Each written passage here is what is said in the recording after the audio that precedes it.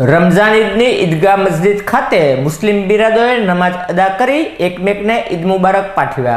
नवापरा विस्तारमां आवेल ईदगाह मस्जिदमां रमजान ईदनी नमाज अदा करवा मोटी संख्यामां मुस्लिम समाज उपस्थित रह्या हता, जेमणे नमाजमां देशमां अमन अने शांति जळवाय अने भाईचारो जळवाय तेवी दुआ करी हती। बाद एकमेकने ईद मुबारक पाठव्या हता।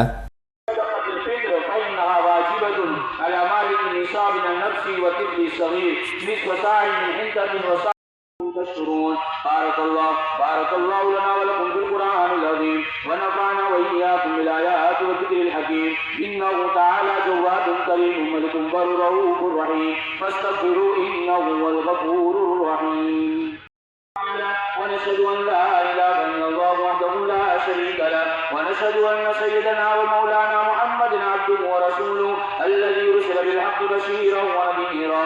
إن الله وملائكته يصلون على النبي شيء علوا واسعوا إلى صلاة العيد وكبروا بالطريق سرا واستمعوها بعدها الخطبتين فتفوزوا بالدارين. الله أكبر الله أكبر لا إله إلا الله والله أكبر الله أكبر ولله الحمد. أعوذ بالله من الشيطان الرجيم. يريد الله بكم اليسر ولا يريد بكم العسر. يعمل مثقال ذرة شرا يره. الله أكبر الله أكبر الله أكبر لا إله إلا الله الله أكبر ولله الحمد. الله أكبر الله أكبر.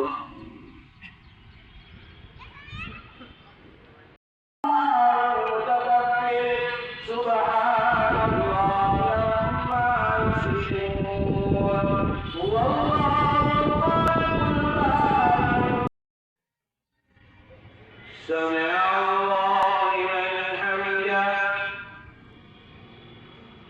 الله أكبر.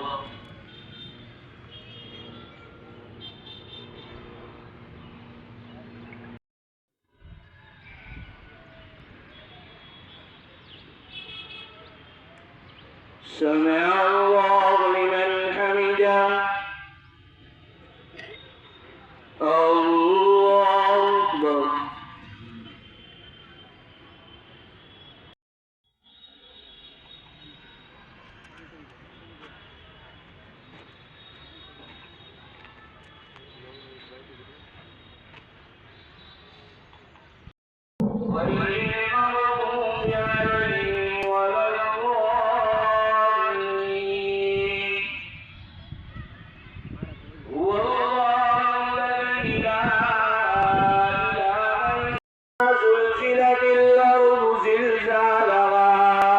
وأخرجت الأرض أثقالها وقال الإنسان ما لها يومئذ اهدنا الصراط المستقيم صراط الذين أنعمت عليهم غير المغضوب عليهم ولا الضالين. يومئذ يصدر الناس أشتاتا ليروا أعمالهم فمن يعمل مثقال ذرة.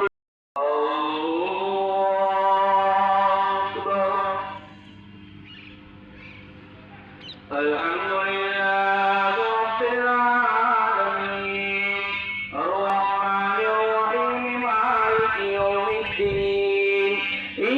الله أكبر الله أكبر.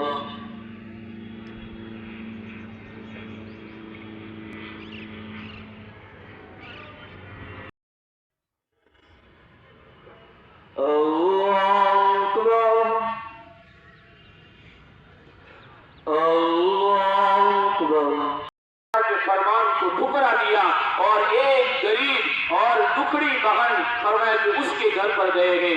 उम्मे हानी रज़ी अल्लाह ताला अन्हा, आप उसके मकान पर गए हैं।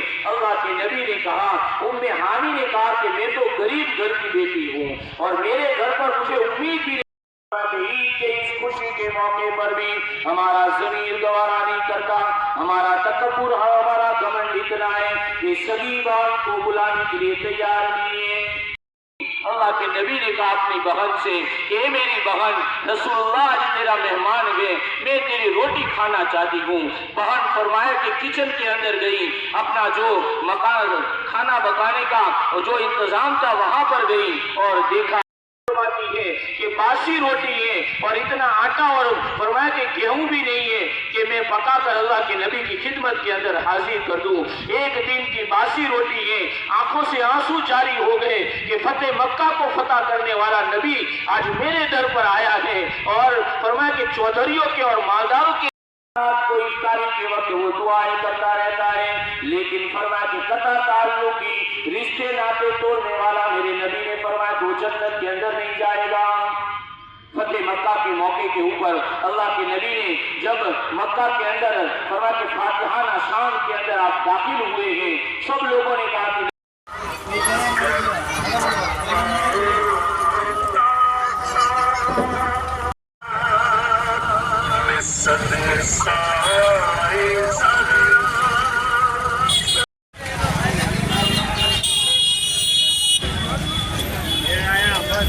नमाज पढ़े